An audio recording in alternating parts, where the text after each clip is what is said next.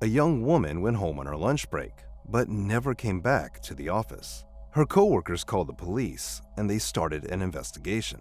What detectives uncovered next felt more like the plot of a horror movie than a real case. And yet, piece by piece, they managed to uncover the truth.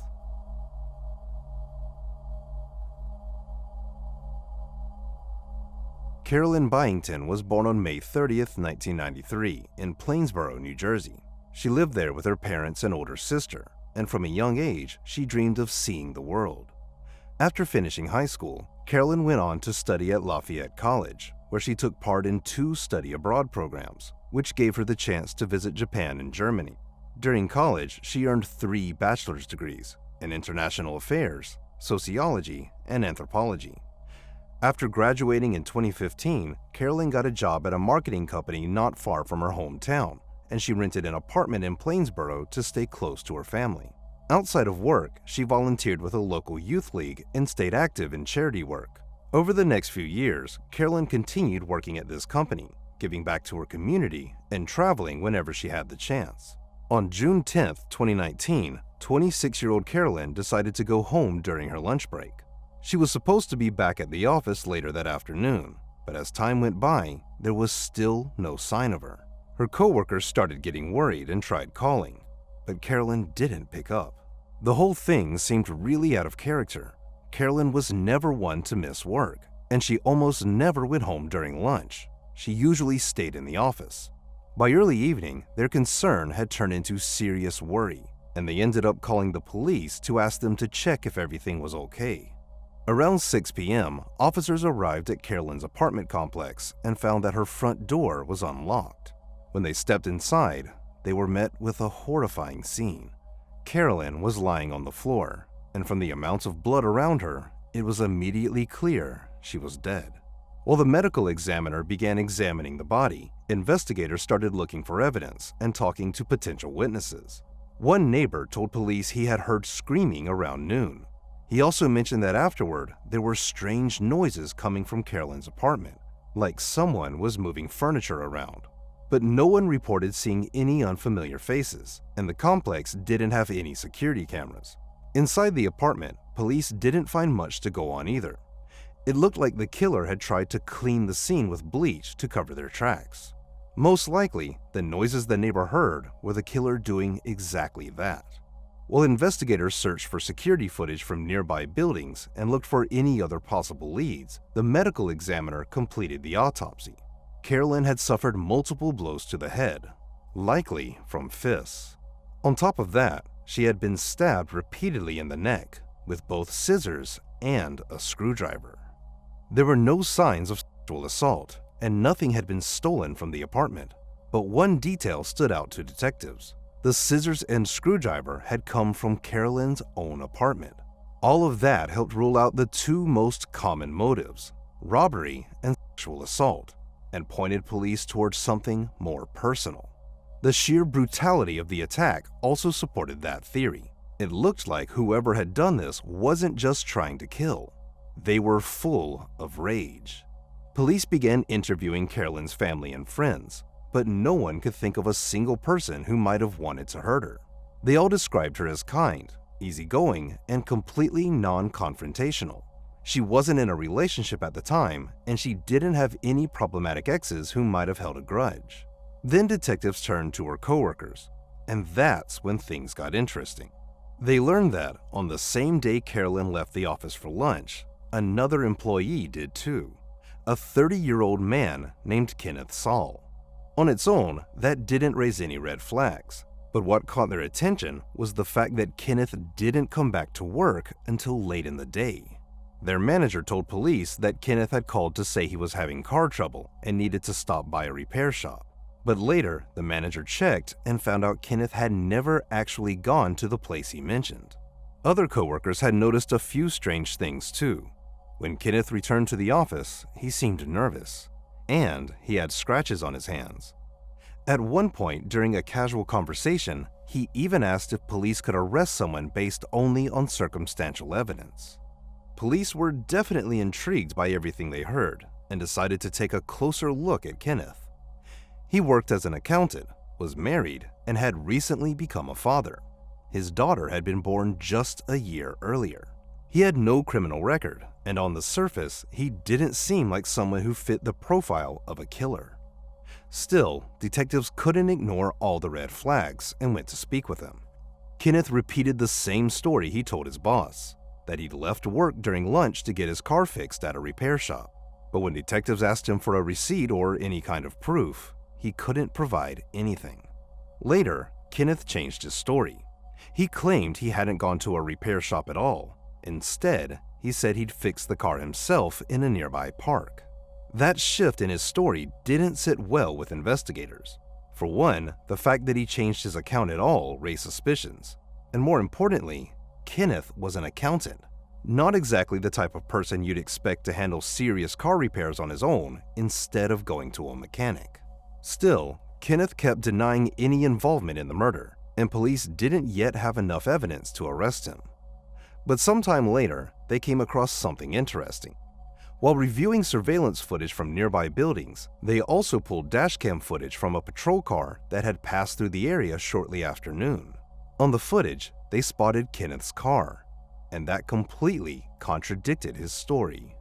Carolyn's apartment complex was located in another town, about 6 miles from the office. Kenneth had claimed he was fixing his car in a park near work, but the footage clearly placed him near her home.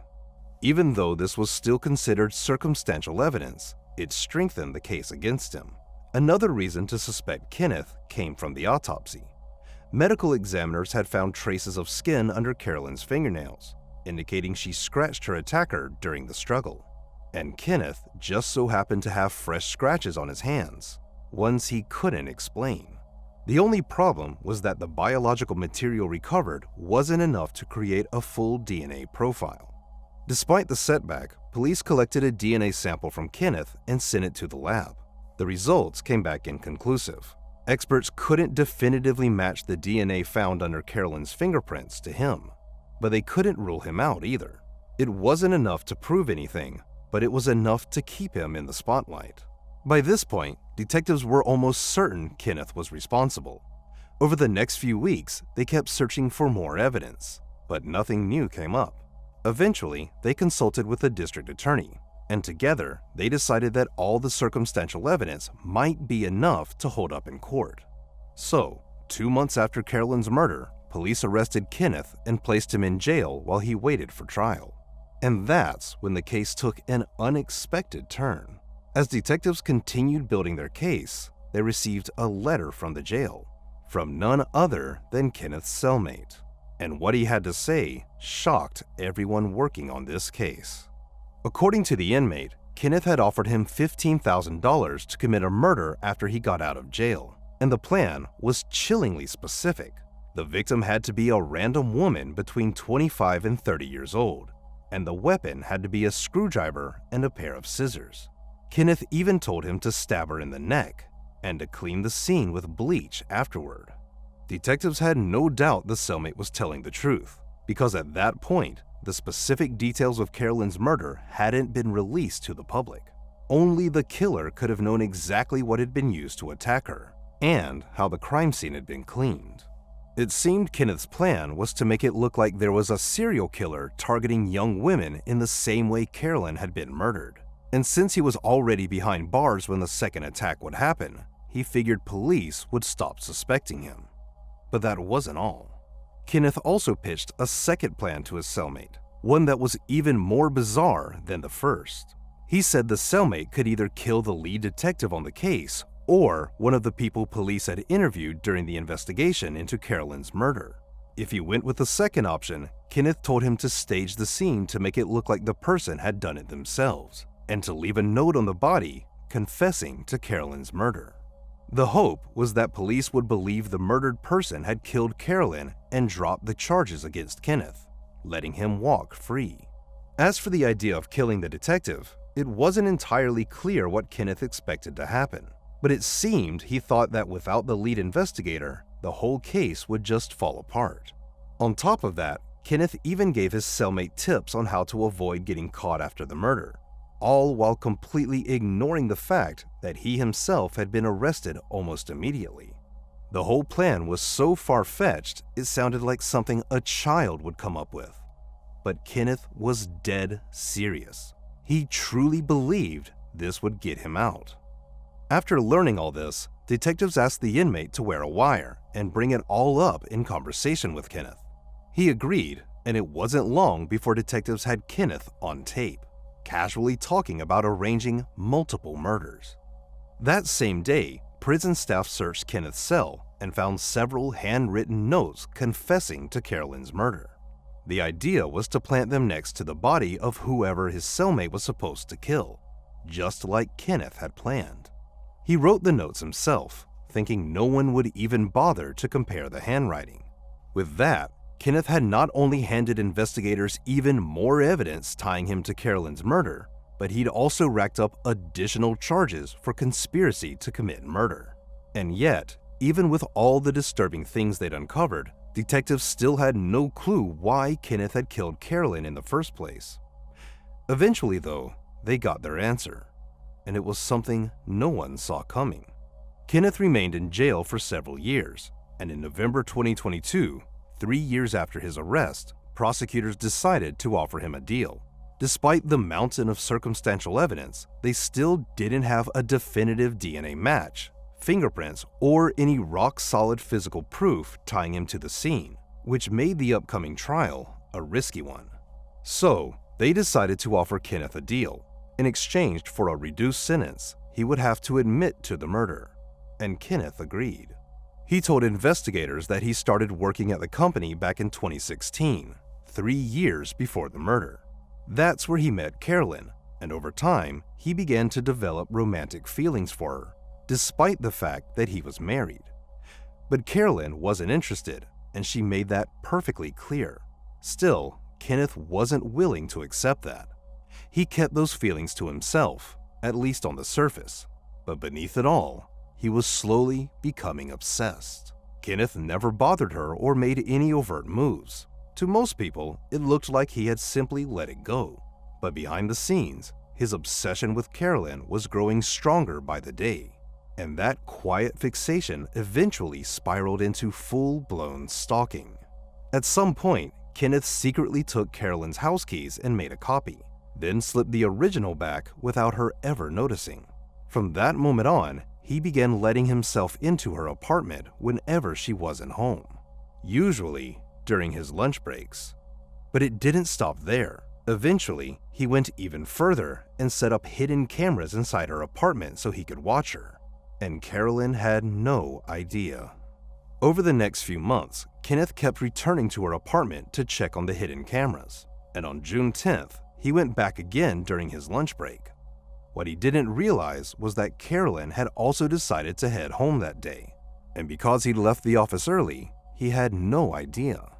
Kenneth was used to Carolyn spending her lunch breaks at work, so her unexpected return completely caught him off guard. According to his confession, he was inside the apartment when he suddenly heard a key turning in the lock. He quickly hid just out of view behind the front door, and when Carolyn walked in, he realized he had nowhere to run. Knowing she was about to see him, Kenneth attacked, slamming her to the floor and hitting her in the head several times. Then, he grabbed a pair of scissors and a screwdriver from her things and started stabbing her, mostly in the neck area. Once she was dead, Kenneth tried to clean up the scene with bleach, but there was just too much blood to get rid of. So he grabbed all the hidden cameras, fled the apartment, and later returned to the office like nothing had happened. In January 2023, Kenneth was sentenced to 45 years in prison for the murder, along with an additional 10 years for conspiracy to commit murder for his attempt to pay a fellow inmate to carry out more killings. Before the sentencing, Kenneth gave a final speech in court, apologizing to Carolyn's family. He said, "I'm sorry every day for my choices. If there was any way I could take back things that I've done, I would without any question. I regret immensely the pain I have caused you all. There are no words big enough to describe the atrocities I've done or the misery I've brought on you." He also apologized to his own family, who were present in the courtroom. "I'm sorry for the way I am and that I've hidden it from you for so long, my entire life. The facade I put up kept you from seeing any warning signs. I can only imagine the pain I've caused from the shock of learning the truth. Still, many people involved in the case question the sincerity of Kenneth's remorse. Not only had he brutally killed Carolyn just to avoid being exposed, but he was also willing to pay his cellmate to murder innocent people, all in a desperate attempt to escape responsibility for his own crime. As for Kenneth's wife, she had absolutely no idea what he'd been doing behind her back, and she filed for divorce shortly after his arrest. Despite his supposed remorse, Kenneth tried to appeal his sentence almost immediately after it was handed down. He argued that some of the evidence had been obtained in violation of his constitutional rights and should have been thrown out of the case. But in late 2024, the court rejected his appeal, finding no legal issues with how the investigation had been handled, so the original sentence was upheld. At this point, there's little doubt that Kenneth Saul will spend the rest of his life behind bars. Share your thoughts on this story in the comments section, and don't forget to press the like button if you enjoyed my video. Thank you for watching.